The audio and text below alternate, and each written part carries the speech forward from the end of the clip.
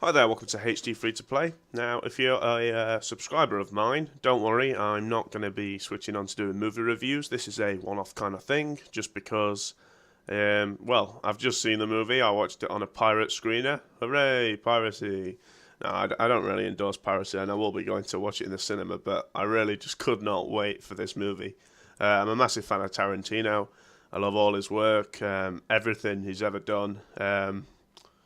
Pretty much, yeah. The only thing I haven't seen from Tarantino that I, want to see but have been advised against is the, the Grindhouse stuff he did. I can't remember what it was called, but it was like a double bill with him and his mate. Can't remember his name, but he did bloody From Dusk Till Dawn. That guy. I'll link it in the annotation. Anyway, so Tarantino is hailed as this sort of god of cinema, and it's sort of done incorrectly, really. He's sort of made himself such a legend that when he brings out a movie that's really good, it gets sort of not panned as such, but brought down a bit because everyone expects too much. Now, at the end of the day, Tarantino is not this sort of god of making amazing plot lines and plot twists and deep characters and things like that. He's just not that good at that. I mean, if you actually look at Pulp Fiction, obviously, the legend that's Pulp Fiction, at the end of the day, it's not really that deep. It's three or four so simple stories rolled into one underneath, nothing really. It's just that. And, obviously it works well, but it's not exactly deep or in depth. It's just four simple stories. Excuse me, just have a drink of coffee there. Yeah, at the end of the day, it's just four simple stories, and I mean the whole sort of Pulp Fiction thing has like hyped him up to that sort of standard where when he brings out a film which is good, it just doesn't get the sort of attention it deserves. Now, Django Unchained is fantastic. It is an absolutely fantastic film. Only some of the people that are not giving it negative as such reviews, but just like, average reviews, like 70, 80%, which to me is an average review, because this film's definitely a 90%er. When they give it like that, the sort of, criticisms they have of the film is that, say, the characters aren't invested enough in, and, some of the characters are sidelined, like, for example, his wife, that basically the story's about, he's trying to rescue his wife, really. And they're saying that, like, those sort of characters are sidelined. Well, of course, it's an action film at the end of the day. I mean, it only gets actiony, like, right, proper actiony, like, die-hard actiony at the last 30 minutes of the film, but the sort of preface to that is just the whole rise of the hero.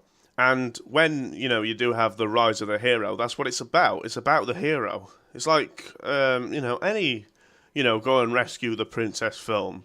You don't actually hear much about the princess. She's just a pretty face, That's what it's meant to be. This is exactly the same in this story. But yeah, people are giving it these slating reviews because they don't invest in the characters and stuff. To me, I thought the characters were invested in.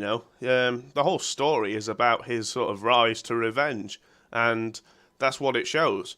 He starts off as a slaver, gets rescued. I'm not going to go full on plot spoilers, but general overview.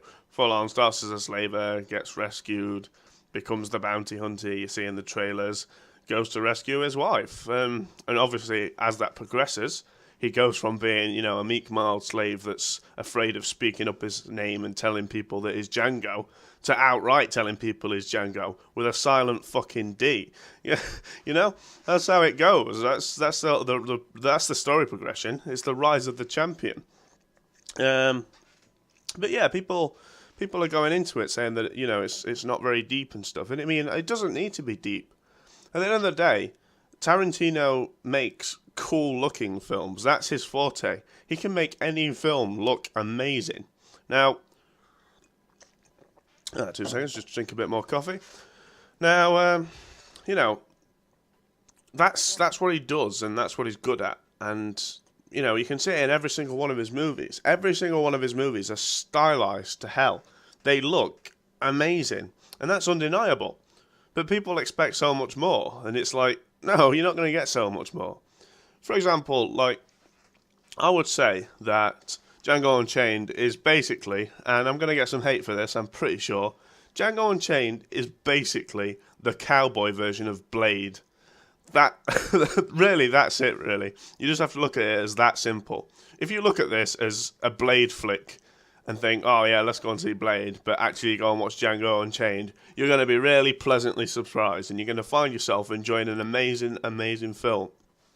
If you go into it thinking, "Oh, let's go and see a Tarantino flick. Will it live up to the expectations of Pulp Fiction?" Blah, blah, blah, blah. You're not going to get a good. Well, you're still going to get an amazing fucking film, but you might not see it as that because you've got so much more expectations, which are sort of false at the end of the day, because Pulp Fiction wasn't even that deep. Pulp Fiction, at the end of the day, looked really cool, had a load of badass characters in. Samuel L. Jackson for one. That's another thing I want to get onto. Samuel L. Jackson is played perfectly in this role.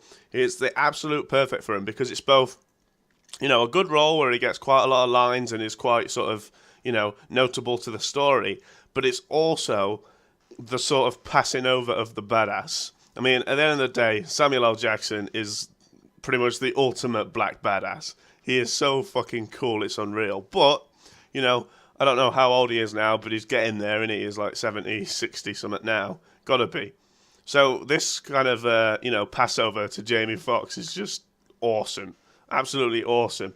The way he plays his character is great. He plays an awesome character in this film, let me tell you that. So does DiCaprio. His scene is absolutely fantastic. He plays one of the most scariest motherfuckers I have ever seen. And I've never seen him play a role as good as that. And I mean, that's what people are saying. People are saying, "Oh, well, the characters aren't very deep or whatever." But I mean, they played well. And I mean, you don't really need to go into deep when you think, "Oh, right, this guy's a slaver. He's also a badass cool guy.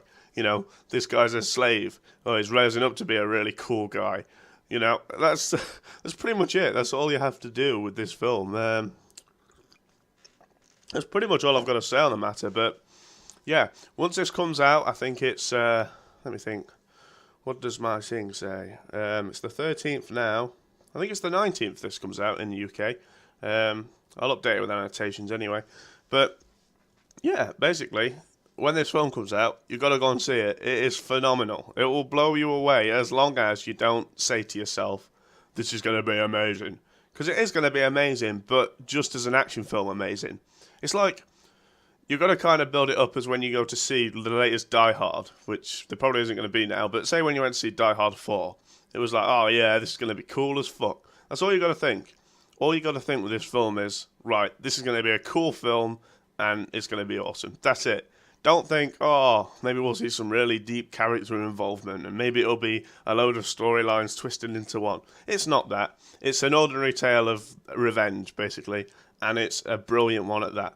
So thanks for listening, guys. I'm not going to be doing this regularly. Obviously, my main focus is going to be on games, but I just wanted to bring this up because I've seen so many reviewers giving this, not bad reviews, as I said, but, average reviews. And that's not cool because this film is not average. Right, guys, so any questions or comments about the film?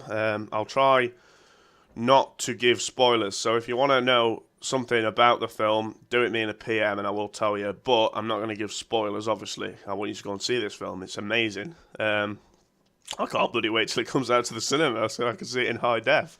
But yeah, any questions or comments, put them down below. Subscribe for more. Obviously, I only do gaming reviews normally. But thanks for listening. And yeah, cheers, guys.